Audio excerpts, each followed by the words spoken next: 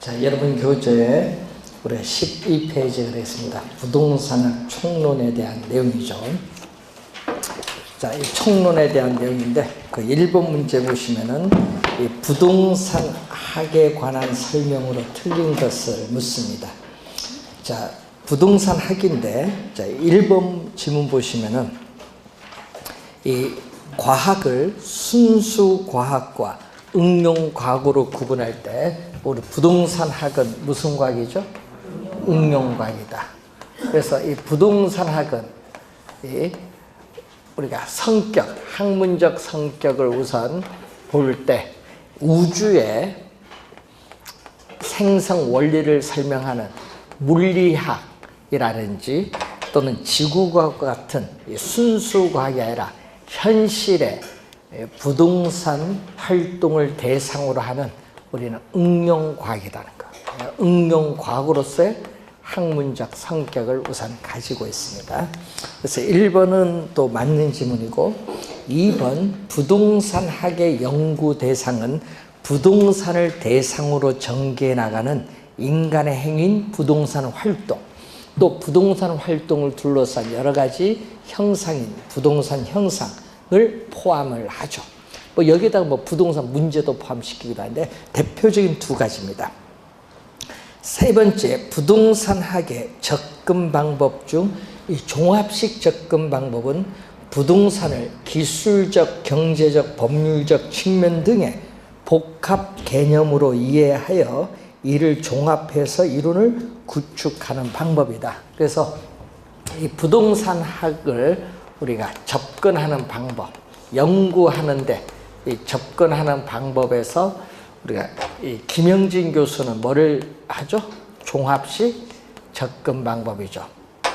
자, 이 종합식 접근 방법이라는 것은 부동산을 항상 여러분 기술적, 경제적, 법률적 측면에 뭘로 이해한다? 복합 개념으로 이해한다. 예, 복합 개념으로 이해를 하는 개념이라는 거. 자, 네 번째, 부동산학은 다양한 학문과 연계되어 있다는 점에서 종합 학문적 성격을 가지고 있고 또 부동산학의 일반 원칙이 나오죠. 그래서 이 부동산학은 또 이 종합 우리가 과학으로서의 학문적 성격을 가지고 있고 또 이 부동산학의 일반 원칙이죠. 일반 원칙으로서 우리 능률성의 원칙, 또 전성의 원칙, 경제성의 원칙, 3대 원칙인데 이 부동산 활동의 능률화를 추구해야 된다는 원칙인데 이 능률성의 원칙에 있어서 우리는 소유, 자, 부동산에 소유하면서 이용을 해야 되겠죠. 그래서 이 소유 활동에 있어서의 능률화, 그리고 또 부동산 거래 활동의 능률화.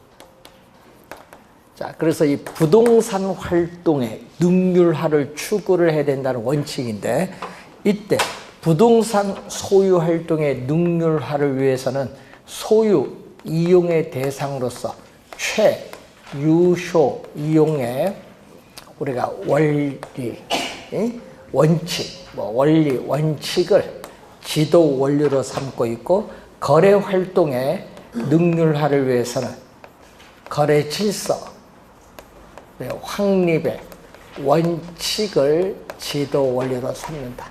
그래서 지금 뭐죠? 능률성이 아니라 지금 문제에서 안전성을 해놨죠?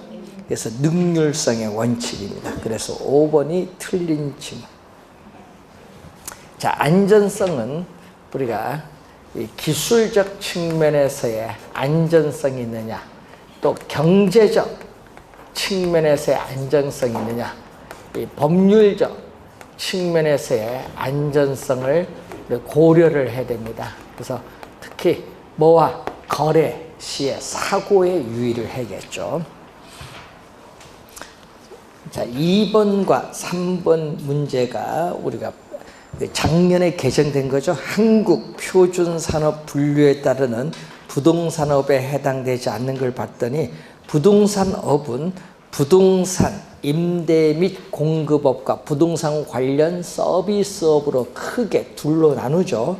이걸 다시 소분류를 했더니 부동산 임대 및 공급업은 부동산 임대업, 부동산 또 개발 및 공급업, 또 부동산 관련 서비스업은 부동산 관리업, 부동산, 여기 이 내용이 바뀌었거든요. 중개, 자문 및 감정평가.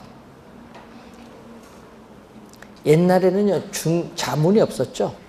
중개, 자문 및 감정평가인데, 그래서 또 오른쪽에 보시면은 부동산 중개 및 대리업, 부동산 투자 자문업, 그리고 부동산 감정평가업이죠. 자, 부동산 관리업은 주거용, 비주거용 부동산 관리업으로 나누는데, 그래서 관련 없는 거 2번 문제는 뭐를 관련 없어요? 투자 금융업은 관련이 없겠죠. 그래서 투자 자문업이지 투자 및 금융업은 관련이 없습니다. 2번 정답이 되겠고, 그리고 3번 문제가 작년에 출제됐는데 부동산 관리업에, 그럼 그 표 위에 보니까 부동산 관리업은 두 가지 있어요. 주거용 부동산 관리업, 비주거용 부동산 관리업인데 1번, 2번 지문은 맞고요. 사무용은 비주거용이고 아파트는 주거용이니까 관련이 있고 사업시설을 유지 관리하는 건 아무런 관련이 없습니다. 그래서 4번이 우리가 정답이 되겠습니다. 자, 그리고 4번 문제로 가는데, 자, 4번 문제 보시면은 토지의 정착물 중 토지와 독립된 것을 아닌 걸 묻는 거죠. 그래서 이 협의 이 좁은 의미의 부동산은 민법 제99조 제1항이죠. 그래서 이 협의 부동산은 민법 조문을 가지고 정의를 내립니다. 토지 및 그 정착물입니다. 토지 및 그 정착물이 우리가 협의 부동산, 민법상 부동산인데, 자, 그래서 이 협의 부동산은 크게 둘로 나누죠. 토지와 정착물로 나누는데, 이 정착물은 토지와 독립한 부동산으로 간주되는 독립정착물이고, 토지의 일부로 간주되는 종속정착물, 둘로 우리가 크게 나누어 볼 수 있습니다. 자, 독립정착물, 요거죠. 토지의 정착물 중 독립된 것이 아닌 것 찾는 건데, 우리가 건물입니다. 건물. 자, 건물은 토지와 독립한 부동산으로 간주되는 독립정착물로서 대표적입니다. 우리나라 일본은. 그래서 건물을 잘 기억을 해 두시고, 또 이 소유권 보존 등기된 임무, 그리고 명인 방법을 갖춘 20개 집단, 그리고 또 농작물 중에서도 정당한 권원에 의해서 타인 토지에서 경작 재배되는 농작물, 그리고 또 정당한 권한이 없이 또 타인 토지에서 경작 재배된 농작물도 법원의 판례에 의하면 경작자 소유로 보기 때문에 토지와 독립한 부동산으로 간주한다. 관련 없는 게 뭐죠? 국어가 관련 없어요. 국어는 용수 또는 배수를 위하여 일정한 형태를 갖춘 인공적인 수로 및 그 부속 시설물의 부지를 얘기하거든요. 또 자연에 유수가 있거나 있을 것으로 예상되는 소규모 수로 부지인데, 여러분 우리 농촌에 가면 밭 보면 옆에 도랑이 있죠. 물 흘러가는, 그게 국어예요. 국어의 개념을 잘 알아둬야 돼요. 이건 종속정착물입니다. 국어. 3번이 정답입니다. 자, 이 4번 문제를 잘 이해를 해야 됩니다. 그럼 원래 모의고사 한번 1번 문제 잘 풀겠지. 자, 5번 문제로 갑니다. 부동산 개념에 관한 설명으로 틀린 것은 자, 복합 개념의 부동산이 나오죠. 자, 이런 복합 개념의 부동산을 이제 보는데 이 부동산을 크게 유형, 형태가 있는 유형적 측면으로 보나 형태가 없는 무형적 측면으로 보냐 이걸 보는 거죠. 자, 유형적 측면, 자, 무형적 측면. 자, 부동산의 이용 기법적 측면에서 바라보는 이 기술적 측면에서 바라보는 부동산 개념이 있고 무형적 측면에서 가격 관계를 다루는 우리 경제적 측면에서의 개념 그리고 또 권리 관계를 다루는 또 법률적 측면에서의 개념이 있어요. 그래서 부동산을 우리가 기술적, 경제적, 법률적 측면에서 우리가 파악을 해서 나타내는 개념을 복합 개념. 그래서 시험 문제에 복합 개념이라는 용어가 나오면은 항상 기술적, 경제적, 법률적인 지문에 나오는 거예요. 그래서 1번 어떻게 돼요? 맞는 지문.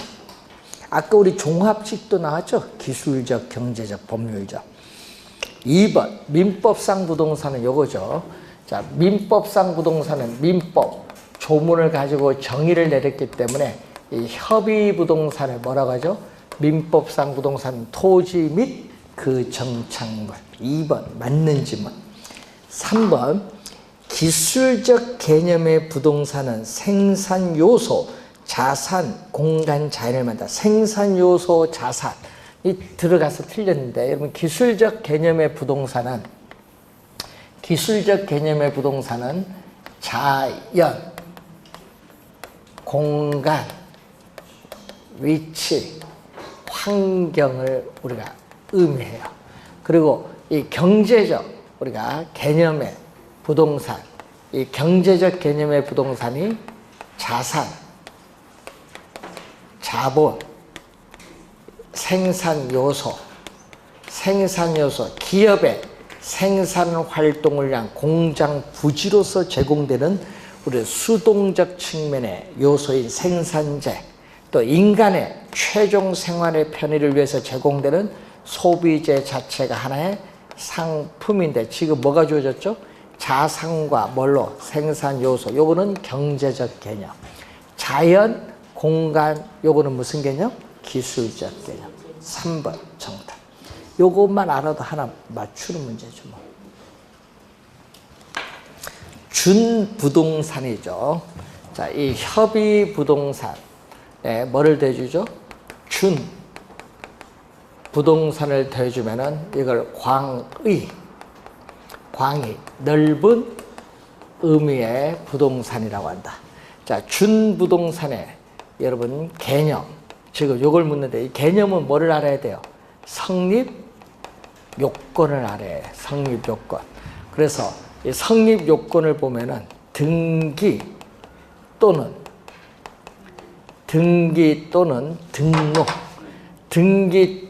등록의 공시 방법을 갖추고 부동산에 준하여 취급되는 물건입니다. 그래서 부동산에 준하여 취급되는 특정의 동산 등을 말한다. 예? 자, 여러분 사회의 통념상 부동산과 같이 규율할 필요가 있는 특정의 동산 또는 동산과 결합된 부동산 집단을 준부동산이죠. 특정의 동산만 있는 것이 아니라 동산과 결합된 부동산 집단도 있기 때문에 그게 등 이렇게 들어간 겁니다. 4번 맞는 지문이죠. 5번 토지와 건물이 각각 독립의 밑줄. 자, 여러분 복합 개념과 뭐는 다르다? 복합 부동산은 서로 무슨 개념? 다른 개념. 복합 부동산. 그래서 토지와 토지상의 독립된 거래의 객체인 정착물. 예를 들어서 토지와 토지상의 독립된 거래의 객체인 토지와 토지상의 독립된 거래 객체인 정착물, 예를 들면 건물이나 임목인데 독립된 거래 객체인 정착물이 결합, 그래서 건물을 철거를 하지 않는 한 서로 뗄래야 뗄 수 없어요. 그래서 결합된 상태에 함께 그대로 부동산 활동의 대상으로 다루어지는 부동산을 복합부동산 개념입니다. 5번은 복합부동산의 개념. 1번과 5번을 반드시 구별할 줄 알아야 되는데 서로 어떤 개념? 서로 같은 개념이 아니다. 다른 개념이다.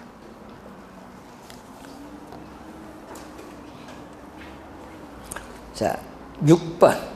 건부지와 나지에 대한 그러한 설명을 얘기하는 거죠.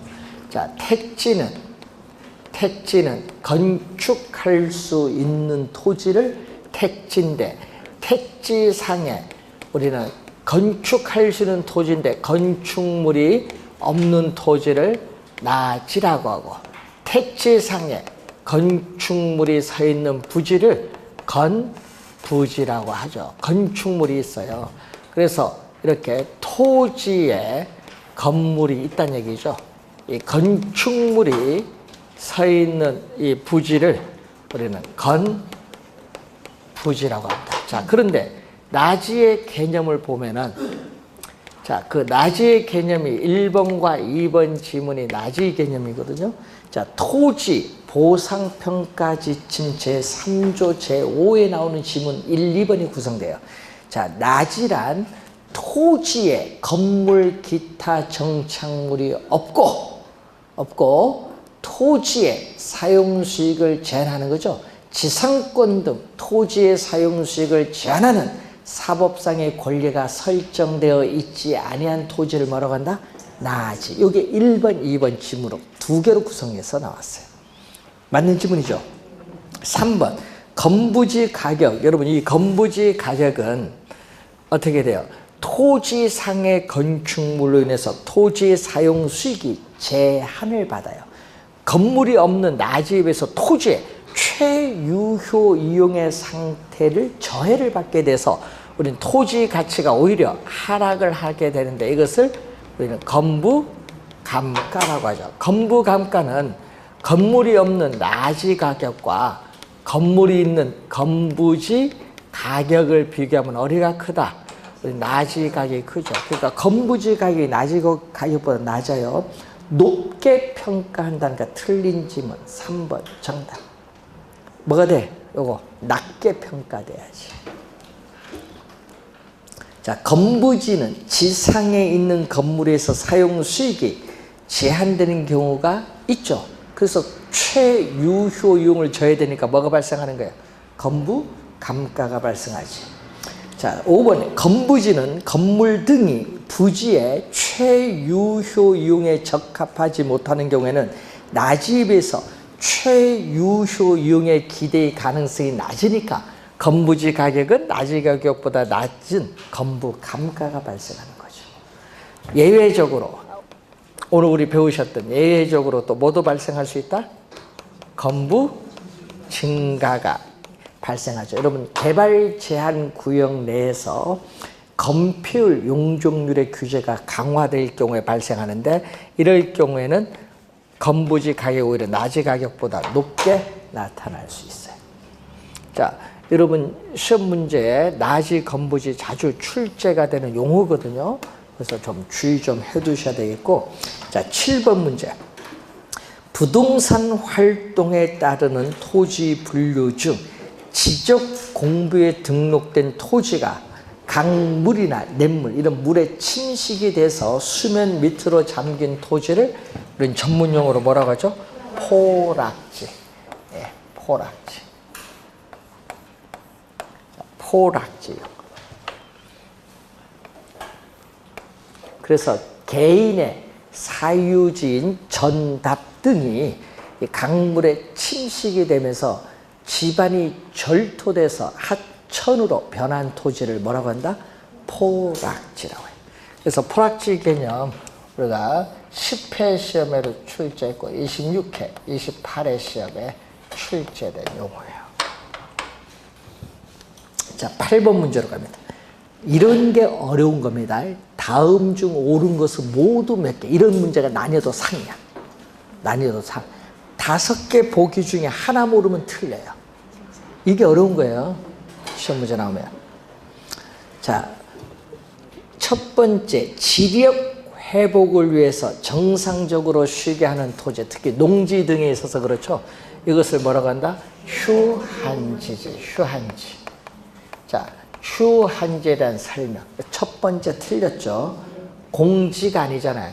공지는 건축법상의 대지에서 건축물의 바닥 면적을 제한 부분의 토지가 공지입니다. 공지가 아니다. 휴한지입니다. 두 번째, 맹지는 타인의 토지에 둘러싸여 도로와 접하고 있지 않은 토지, 맹지의 개념이죠. 그래서 맹지는 감가가 발생합니다. 자, 하나의 지번을 가진 토지 등기의 한 단위는 획지가 아닙니다. 무슨 개념? 필지. 자, 부동산 활동상의 용어로서 우리는 획지는 토지 이용상 상정하는 개념인데 필지죠. 그래서 하나의 지번으로 둘러싸인 법률적인 토지의 등록 단위를 말하죠. 필지는 토지의 면적과는 아무런 관계가 없다. 그리고 부동산 등기법상 등기의 한 단위를 의미하는 개념이 필지입니다. 자, 그리고 임지지역, 농지지역, 택지지역 상호 간에 다른 지역으로 전환되고 있는 지역의 토지를 뭐라고 하죠? 후보지죠. 후보지. 또 맞는 지문이죠. 자, 용도적 지역. 자, 실제로 토지가 이용되고 있는 용도에 따라 지역을 크게 우리가 분류하는 거죠. 분류할 때 이 택지 지역, 농지 지역, 임지 지역인데 뭐 임지 지역 임야 산이 택지로 조성해서 우리는 아파트 대규모 단지를 지을 수 있고 전답 등을 수용해서 우리는 또 상업용 건물을 지을 수도 있죠. 이렇게 임지 지역, 농지 지역, 택지 지역 등 용도적 지역 상호 간에 뭐가 된다? 전환되고 있는 지역의 토지를 후보지야. 후보지가 또 상당히 또 시험에 많이 나오고 요게 대응해서 또 뭐가 있죠? 이행지가 있죠. 요걸 두 용어로 구별 잘 해두셔야 되는데 이 택지 지역을 더 세분화시키는 것을 소분류입니다. 택지는 건축 용지인데 그래서 우리는 주거 지역, 상업 지역, 공업 지역이죠. 자, 택지 지역 내에서 우리는 상업 지역이 주거 지역으로 바뀔 수도 있거든요. 자, 이럴 때는 택지 지역, 이 동일이죠. 우리 동일한 용도적 지역 내, 동일한 용도적 지역 내 이 소분류 상호 간의 이 이행 중에 있는 토지를 이행지라고 해요. 이행지.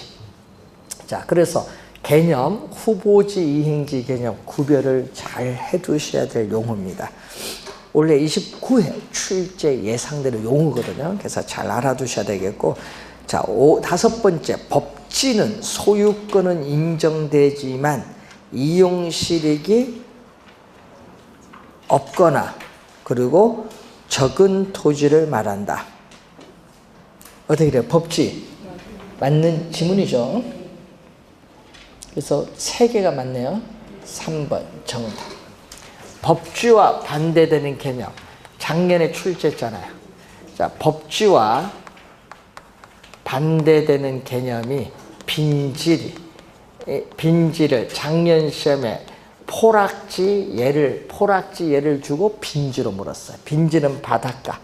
법적으로는 소유권은 인정되지 않지만 실제 이용함으로써는 이익은 있는 토지의 바닷가. 대천 해수욕장 하나콘도 앞에 거기 만조됐을 때 거기 백사진 조그맣게 있거든요. 예? 거기가 바닷가, 그게 빈지.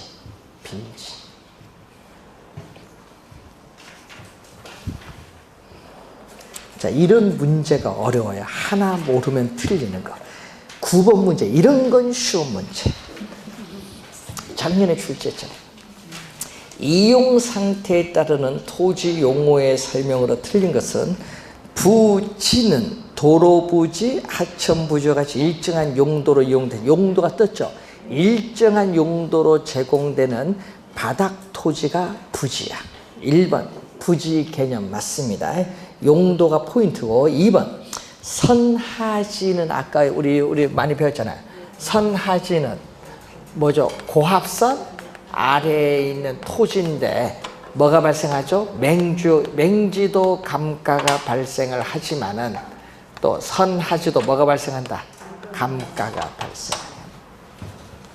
나중에 다음 토지 중 감가가 발생하는 토지로 연결한 거 물을 수도 있지. 그래서 토지 이용 및 거래의 제한을 받는 경우가 많죠. 고합선 아래에 있는 토지니까. 자, 맹지는 도로와 직접 연결되지 않은 한 필지 토지를 말하죠. 그래서 맞는 지문이고, 후보지는 임지지역, 농지지역, 택지지역 상호간에 다른 지역으로 전환되고 있는 지역의 토지 후보지 개념 맞고요. 자, 물에 의한 침식으로 인해서 수면 아래로 잠기거나 또 아까 뭐죠? 하천으로 변한 토지를 뭐라고 한다?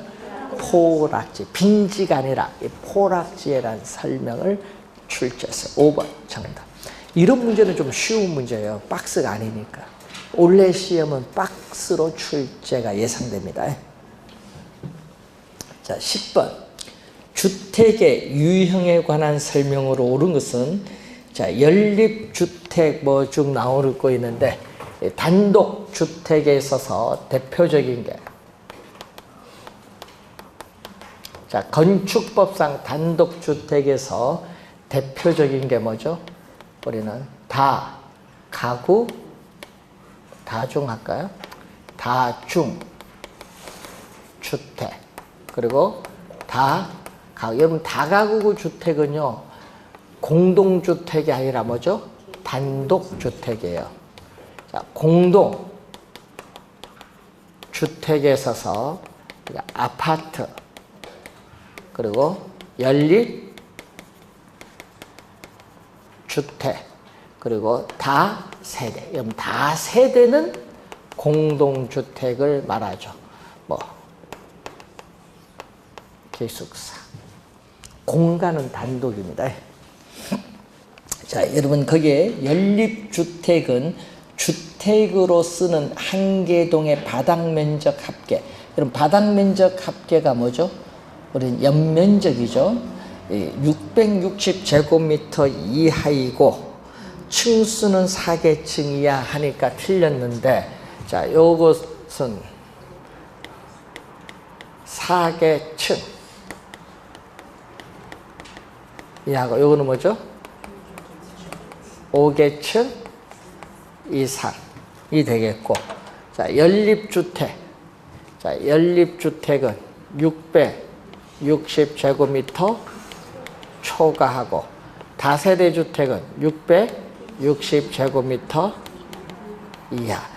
시험에 나오면요, 요게 초간지, 이한지 왔다 갔다 해서 틀리고 660이거든요. 660.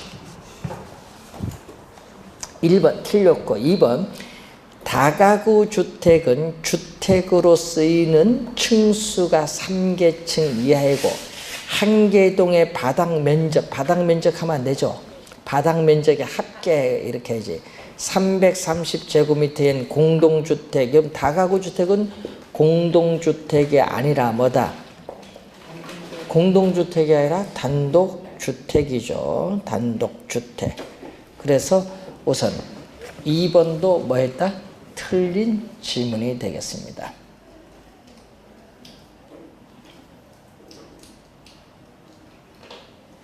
자, 그리고 거기 보시면은 다세대 주택은 주택으로 쓰는 한 개동의 바닥 면적 합계가 얼마? 330제곱미터 이하 하니까 또 틀렸죠. 층수는 5계층이 아니라 4계층 이하. 틀렸고, 다중주택은 학생 또는 직장인 등 다수인이 장기간 거주할 수 있는 구조로서 독립된 주거 형태가 아니고 연면적이 바닥 면적의 합계입니다. 330제곱미터 이하. 맞죠? 맞고, 그리고 또 얼마? 층수는 3계층 이하. 여러분 3계층, 과거에는 3층 이하인데 이게 2년 전에 법이 바뀌어서 3계층 이하로 바뀌었거든요. 3계층 이하의 주택. 이것을 작년에 출제를 또 했어요. 여러분 10번의 답은 4번인데 이걸 오른쪽 11번 문제 보면 이것을 작년에 또 출제했어요. 같은 문제죠.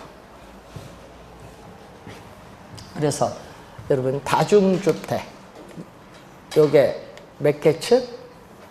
2개가 요거는 3계층 이하. 법이 바뀌었거든요. 이는지에 옛날에는요 3층 이하인데 3계층으로 2년 전에 바뀌어서 그래서 작년에 바로 출제한 거예요. 다중주택을 3계층 이하. 그리고 다중주택은 얼마? 330제곱미터 이하. 다가구 주택은 얼마? 660제곱미터.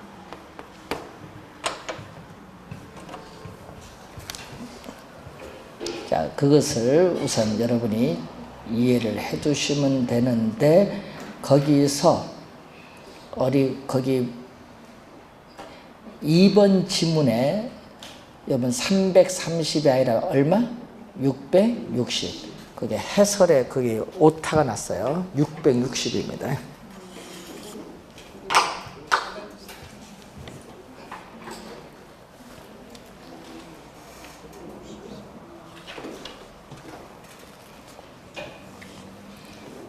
자, 11번은 무슨 거죠? 아까 다중주택. 작년에 쉽게 나왔죠.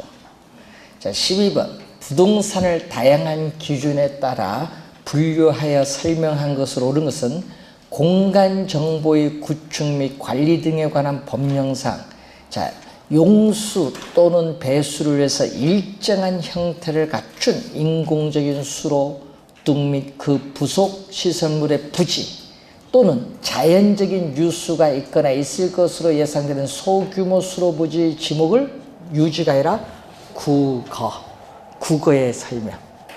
유지는요, 우리는 저수지 연못, 그래서 상시적으로 물을 저장할 수 있는 저수지 연못, 호수, 뭐 이런 댐 이런 걸 얘기해요. 그래서 개념이 틀렸습니다. 유지가 아니라 국어. 건축 법령상 용도별 건축물의 종류에 따라 운전하고 및 정비하고는 자동차 관련 시설로 무도, 여러분 요거 어떤 분이 작년에 오해를 하셔서 27회 틀리신 분 무도, 태권도의 무도가 아니야. 춤추는 무도예요. 무도학원 유락시설로 불러. 자, 세 번째. 택지지역, 2번이 정답이고, 농지지역, 임지지역 상호 간에 다른 지역으로 전환되고 있는 지역의 토지는 이행지가 아니라 후보지 개념.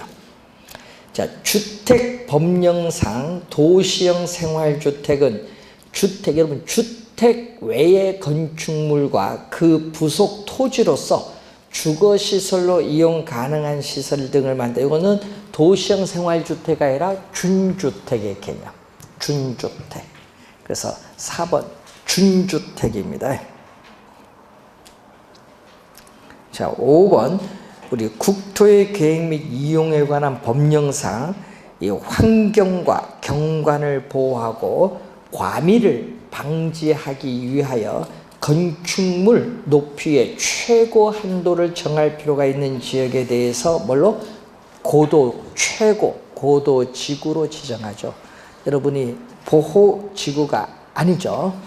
네, 틀린 지문. 여러분 우리 개론시험에 공법 지문이 가끔 나와요.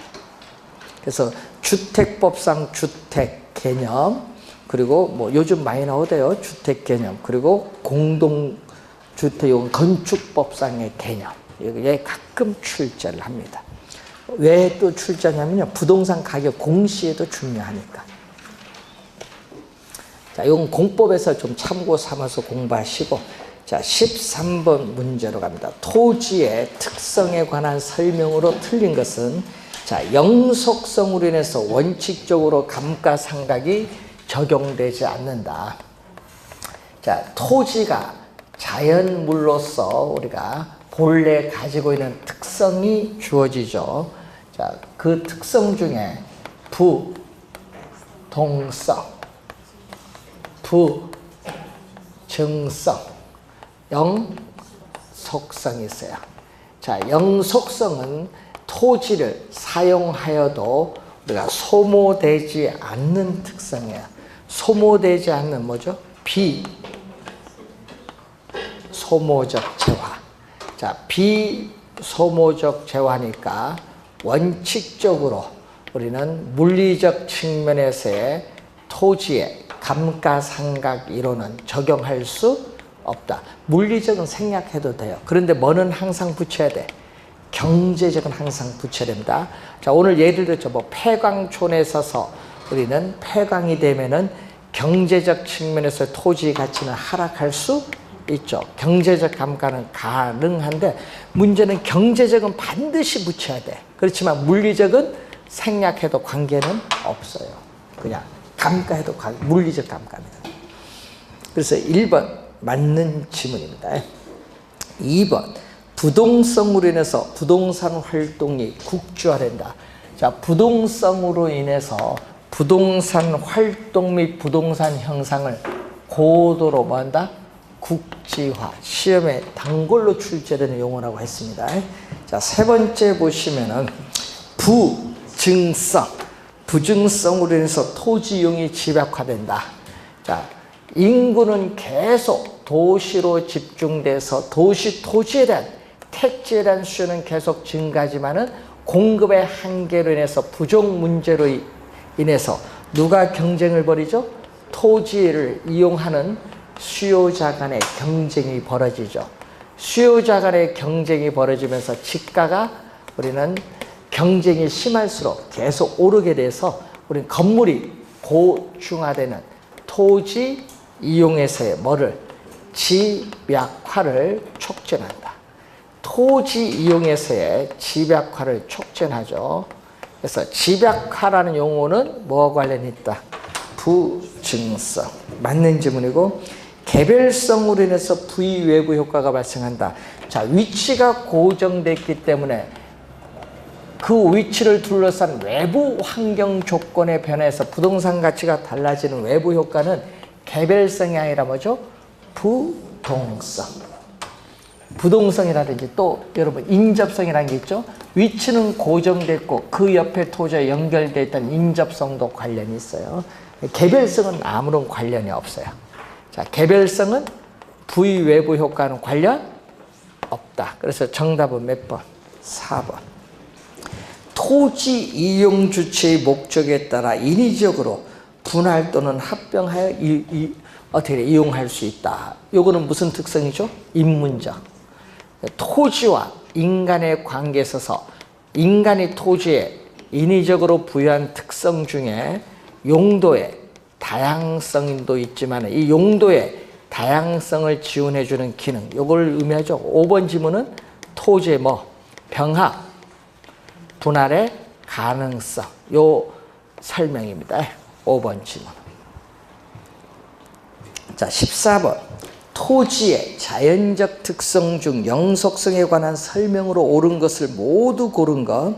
토지의 집약적 이용과 토지 부족 문제의 근거. 자, 이렇게 토지 부족 문제의 근거도 제시해주고 집약적인 토지용 집약이라는 용어가 나오면은 부증성, 기억은 부증성. 니은 소모를 전제로 하는 재생산 이론.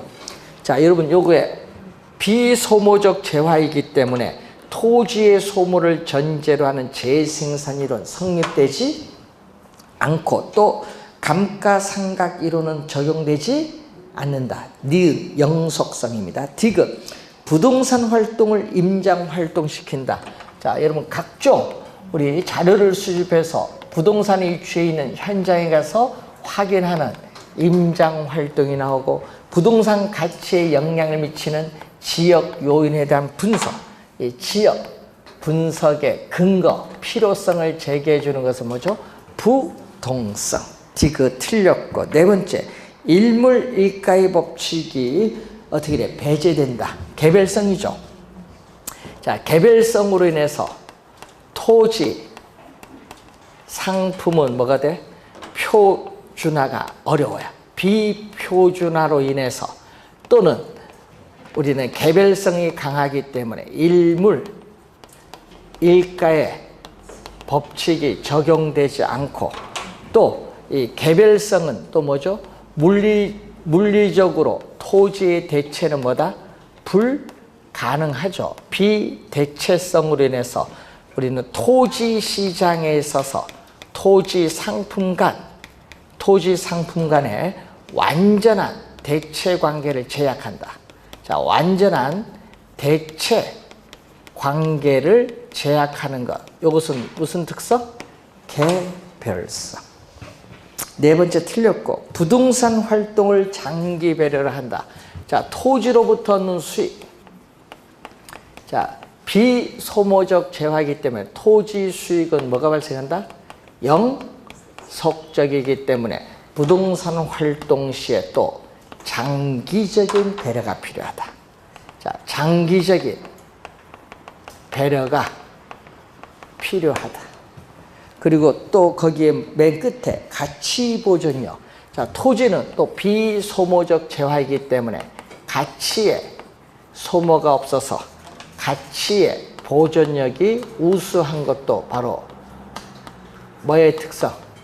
영속성. 2번 정답. 15번, 다음의 파생 현상을 모두 발생시키는 토지 특성, 소유함으로써 생기는 우리는 자본이익과 이용하여 생기는 운용이익을 발생시킨다 얘기죠. 토지 수익이 영속적이다 보니까 토지에 장기적으로 투자하면은 우리는 운영함으로써는 이익이 요거죠. 운영함으로써는 이익, 소득 이득과 지가 상승에 따르는 자본이득, 여기 자본이익인데 요 두 가지를 우리가 얻을 수 있다는 것은 바로 영속성. 그것만 봐도 영속성이 나와야 되고, 또 가격이 하락을 해도 소모가 되지 않아요. 비소모 나왔죠? 그렇기 때문에 나중에 가격 상승을 기대하여 매각을 미룰 수도 있다. 소모되지 않기 때문에 계속 끝까지 보유해야 하는 거지 뭐. 부동산 관리의 중요성을 우리가 강조하는 것은 영속성입니다. 4번 정답. 16번, 우리가 토지의 자연적 특성으로 설명 틀린 건데, 토지의 부증성은 지대 또는 지가를 발생시키고 최유효 이용의 근거가 되죠. 자, 부증성은 면적에 뭐를 의미한다? 유한성을 말하죠. 면적이 유한하기 때문에 이 유한한 토지를 합리적으로 이용하기 위한 최유효 이용에 있어서의 근거가 되죠. 근거. 맞는 지문입니다. 2번, 토지의 개별성은 부동산 활동과 부동산 형상을 개별화시킨다. 개별화가 포인트죠.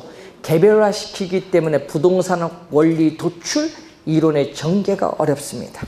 세 번째, 부동성은 지방자치단체 운영을 위한 부동산 조세 수입의 근거가 될 수 있다. 예를 들면 뭐 취득세 이런 거.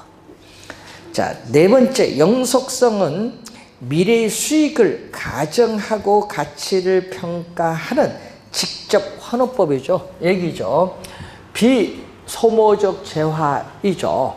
자, 비소모적 재화이기 때문에 우리는 토지에 투자한 자본을 회수할 필요가 없어서 우리는 토지에 있어서 직접 환원법, 감정평가 이론에서 우리 수익환원법에서 수익환원 방법의 직접 환원법에 뭐가 된다? 근거가 된다. 그래서 가격은 토지로부터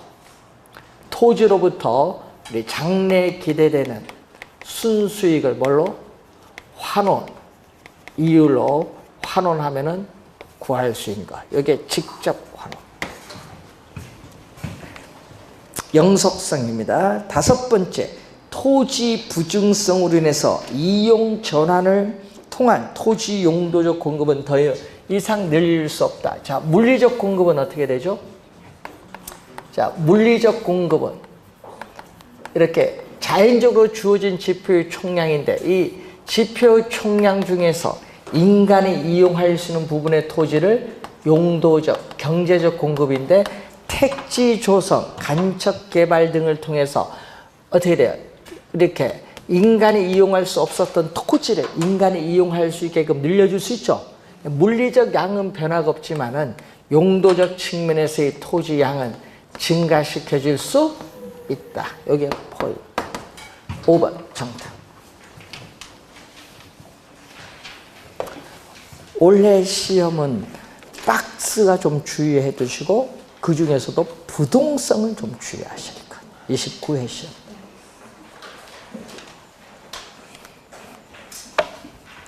저라면 부동성을 출제를 합니다.